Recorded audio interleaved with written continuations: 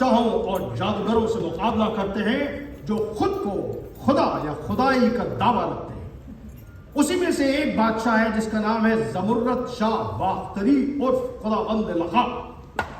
کمبخت کا 80 گز کا قد ہے، 60 گز کی داڑھی ہے، داڑھی کے ہر ایک بال میں اس نے موتی پرو رکھا ہے۔ جہاں جاتا ہے اعلان کر دیتا ہے کہ وہ خدا ہے، وہاں کے جتنے چھٹبھئیے جادوگر ہیں وہ اس کو خدا تسلیم کر لیتے ہیں۔ یہ خبر جب امیر حمزہ کو پہنچتی ہے تو لاؤ لشکر کے ساتھ وہاں پہنچتے ہیں۔ لقا سے جنگ ہوتی ہے، لقا شکست کھاتا ہے، منہ پٹا کے وہاں سے بھاگ جاتا ہے، پھر کہیں اور پہنچتا ہے، پھر خدائی کا دعویٰ کرتا ہے، پھر چھٹبھئیے جادوگر اس کو خدا تسلیم کر لیتے ہیں۔ پھر یہ خبر پہنچتی ہے امیر حمزہ کے پاس، پھر امیر حمزہ اس کی فراق میں وہاں پہنچتے ہیں، پھر دونوں میں جنگ ہوتی ہے، پھر لقا شکست کھاتا ہے، پھر وہاں سے منہ پٹا کے بھاگتا ہے، اور یہ سلسلہ 42,000 اوراق تک چلتا ہے۔ اب ان 42,000 اوراق میں سے فقط محض 10-11 اوراق میں آپ کو سناؤں۔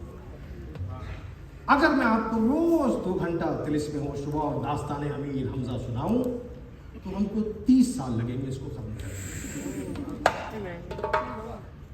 اب جہاں پہ داستان شروع ہو رہی ہے، داستان کا سب سے مشہور دفتر ہے طلسم ہوش ربا، اور اس وقت امیر حمزہ کی جنگ لقا سے کوہ عقیق کے اوپر ہو رہی ہے۔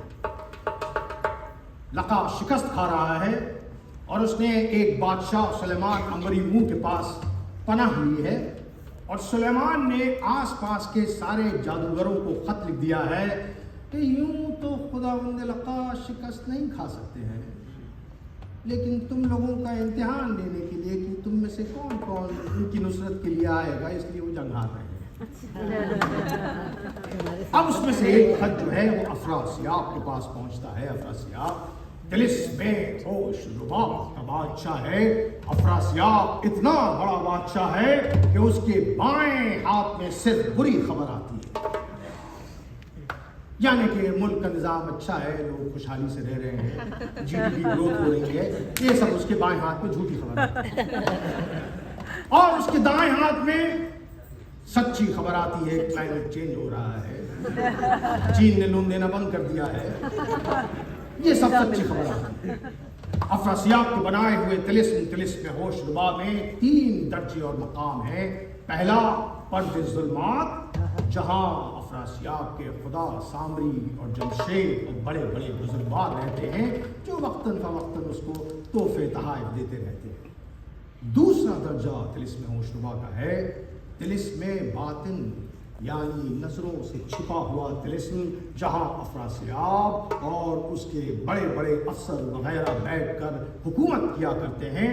طلسم باطن میں جو ہوتا ہے وہ دکھائی نہیں دیتا ہے، اور جو دکھ رہا ہوتا ہے وہ ہوتا نہیں ہے۔ سرکار بھی آج کل ایسے ہی چلا کرتی ہے۔ اور تیسرا حصہ اس طلسم کا ہے طلسم ظاہر، یعنی نظروں کے سامنے کا طلسم، جہاں رعایا برایا تاجر آپ ہم جیسے معمولی لوگ اس طرح کے فیسٹیول وغیرہ چلا کرتے ہیں۔ تو باطن اور ظاہر طلسم کے درمیان افراسیاب نے سحر یعنی جادو سے ایک دریا کھینچا کہ جسے دریائے خون رواں کہتے ہیں، اور اس کے اوپر ایک پل دھوئیں کا بنا ہے، اور اس دھوئیں کے پل کے اوپر 3 درجے کی دھوئیں کی عمارت بنی ہوئی ہے۔ پہلے درجے میں اس دھوئیں کی عمارت کے 2 شیر منہ کھلے کھڑے ہوئے ہیں۔ دوسرے درجے میں اس دھوئیں کی عمارت کے پریاں جھولی میں موتی لیے دم بدم موتی اچھالتی ہیں کہ موتی دریا میں گرتا ہے، اور دریا کی مچھلیاں ان موتیوں کو منہ میں لیے تیرتی پھرتی ہیں۔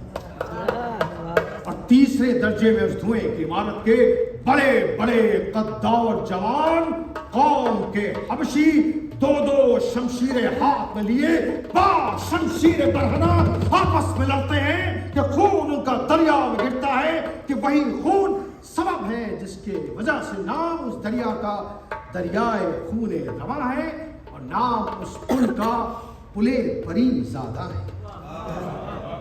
اب سمجھ گئے نا کتنا بڑا بادشاہ ہے افراسیاب؟ بھائی ہلکارا بن کا نہیں ہے نا، ٹکٹ تو ویسے ہی نہیں لگایا آپ لوگوں کا، اور ہال بند ہو چکا ہے،